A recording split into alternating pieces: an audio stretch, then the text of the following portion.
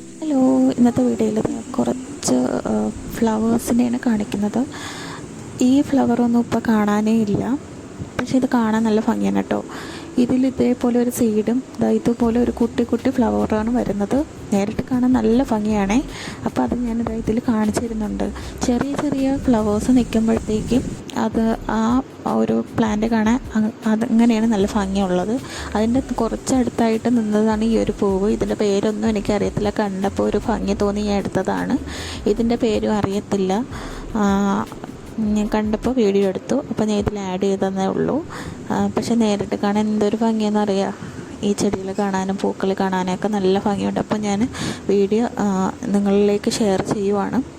ഇതിൽ അറിയുന്ന കുറച്ച് പൂക്കളായിട്ട് നമ്മുടെ തെറ്റി എന്ന് പറഞ്ഞാൽ ചെറിയ തെറ്റിയാണ് കേട്ടോ, വളരെ വലുതാവാത്ത തെറ്റി. പിന്നെ അതാ ഈ ഒരു പൂവെന്ന് പറയുന്നത് അവിടെ പണ്ട് മുതലേ ഉള്ളതാണ്, പക്ഷേ അതിൻ്റെ പേരൊന്നും എനിക്കറിയത്തില്ല.